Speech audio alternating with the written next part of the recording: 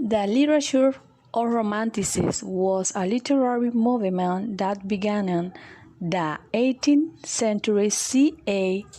1770 in Germany, which was dispersed and cultivated throughout Europe until the middle of the 19th century, and which continues to exert its influence to this day. Among its main characteristics are the constant presence of pre-industrial themes such as nature, Greco-Latin, and medieval myths.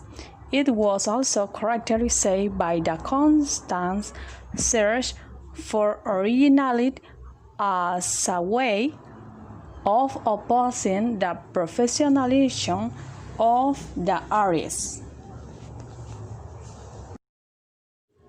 One of the best known and most established authors of Spanish Romanticism is José de Espronceda, author of great works such as The Student of Salamanca, that is, studied in most institutes and universities. Before talking about the most important works of José de Espronceda, it is essential to stop along the way to know briefly the life of the author and contextualize him in the history of literature. Espronceda was born in Almendralejo in 1808 and died in Madrid in 1842.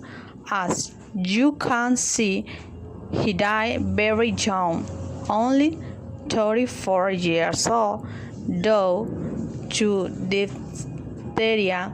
He is the most important poet of the first stage of Romanticism in Spain, and therefore his name is widely studied in educational programs.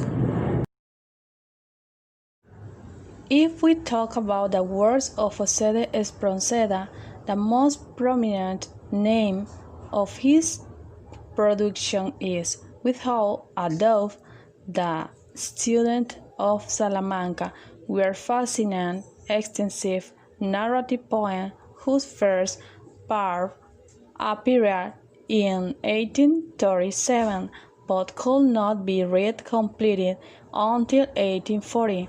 It has a total of 74 verses and the structure divided into 4 parts. In this poem, we find that Espronceda takes advantage of some of motifs that could already be seen in the other version about Don Juan, such as, for example, the presence of madness, the woman presented as a skeleton, the dead present through the poem, etc. But the Spanish author includes some interesting news, such as riskier versioning, mix of different genres, a more rebellious and cynical protagonist, a structure of the student from Salamanca, prologue, Elvira begins double.